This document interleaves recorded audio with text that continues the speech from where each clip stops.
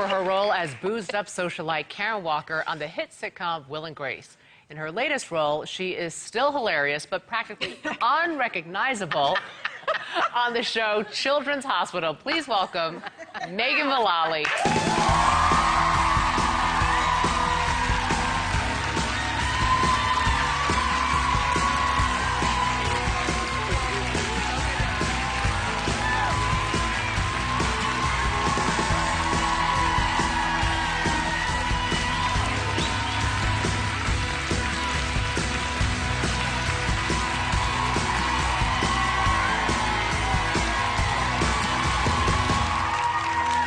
Welcome. Hello, thank you for having me. This is so nice. Well, you have that sexy secretary thing going. Yeah. Librarian. Very Later, I'm going to rip this off, let my hair down.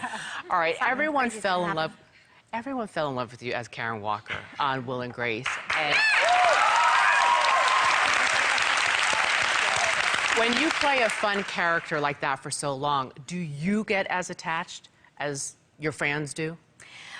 Yes, I was very attached to Karen. As a matter of fact, we shot that show right next door, literally the next stage over. So it was kind of old home week coming here today. My dressing room was right across the road. Maybe this is borderline psychotic, but I almost feel like Karen still goes on in some parallel universe or something. Now, you won 7 Emmys for that role. You're nominated for 7 Yeah, Emmys. no, I know I won 7. Sure. Let's just say I won 7. you were nominated for 7 Emmys. What was that like? It was very exciting. It's very, very flattering to be nominated for things like that. But you know, you know me a little bit. You know me a little bit. I'm so out of it when it comes to the business. And I remember the first summer when I got nominated. I was with my husband on his family's fishing trip in Minnesota. We were in the middle of nowhere basically, and I got a call, and somebody gave me this big cell phone that was like this big, and because it was like 1999 or something, and I had to walk out to the end of the pier to even get reception, and it was my publicist, Troy Nankin, and he said, guess what, you got nominated for an Emmy. And I thought, oh great, Emmy, the plus-size model, has an award show, and I've been nominated. I've been nominated for like the Fatty Award. I was like, oh great, and he goes, no, the Emmys, like for television, and I said, oh, that's better. Okay.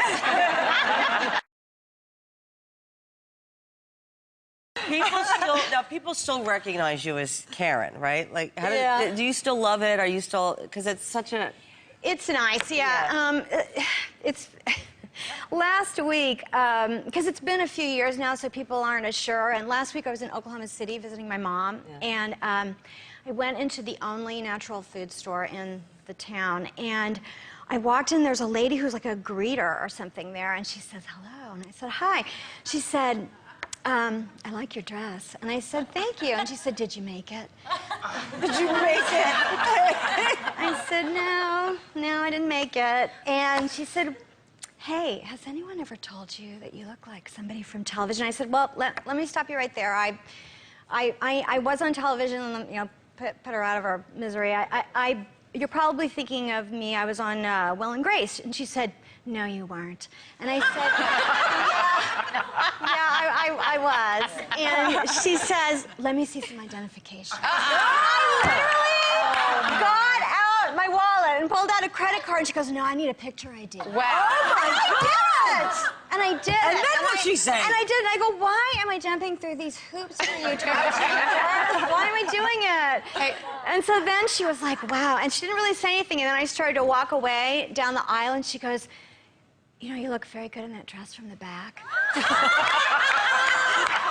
I turned around, and she said, no, don't get me wrong, but you look very good, very round. That's creepy. I'd have called security. And I said, I'm gonna go get my rice cakes. Hey, for those of you who don't know, your husband is Nick Offerman from the sitcom Parks and Recreation. Yes. Great show. And on that show, you play his crazy-ass ex-wife, right? Yeah, I do. Do y'all rehearse at home? Do you have some experience doing that? Yeah, and Parks and Rec just got nominated for Best Comedy for an Emmy. Yeah. Not Emmy the Plus Size Model. Yeah, we have this weird relationship on the show. I play his ex-wife, and I have this crazy sexual hold over him that's pretty disgusting. And whenever he gets, he's really normal, and then when he gets around me, he becomes very, like, unleashed, and it's not cute. So we had to practice disgusting kissing techniques at home. Like, we had to go out in the backyard so we wouldn't, like, knock anything over. And we've actually... Did you film yourselves doing it? No, it's too traumatic. Nobody wants to see it. Show us on Sarah. All right. In the break. Yeah, I think we've actually, traumatized, created some damage for some of the people who've witnessed it on the set. The neighbors, right? Yes, yeah. Now, your husband is much younger than you, 12 years. Yeah, 11 and a half. 11 and a half, who's counting? What is that like? What is that like, and how does he feel about plastic surgery? I understand he has strong feelings. Yeah, it's great. I mean, he carries all the bags at the airport and all that stuff. He does do chores, by the way. He's a very good man. I have not had any plastic surgery done, nothing at all, and he is very much opposed to it. He tells me every day that I'm beautiful and sexy, which is very nice. But one time I was depressed, just like having some kind of moment of something, and we were in the bathroom together, and I said, maybe I will have a little something done. And he says, he's always said if I had anything done, he would divorce me. And he said, if you have something done, I really will divorce you, because that will mean that you're not the person that I always thought you were. Oh my God. Sweet. He is a keeper. He's a good Can we bring man. him out here? Yeah. He's on this lot, actually. All right, we're going to go find him, and we'll be right back. We're going to have more with Megan.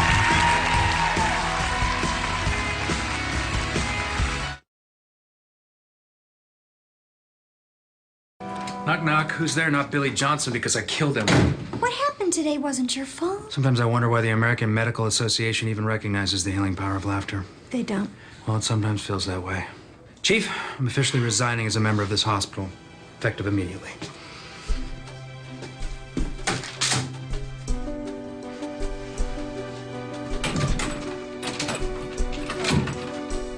I keep that lubed. That was a clip from the Children's Hospital. We're back with Megan Mullally. So, Megan, for people who haven't seen it, just tell us what Children's Hospital is about. I'm not sure. Okay. It's an 11-minute show on Adult Swim at midnight on Thursdays, so I'm sure you've all seen it.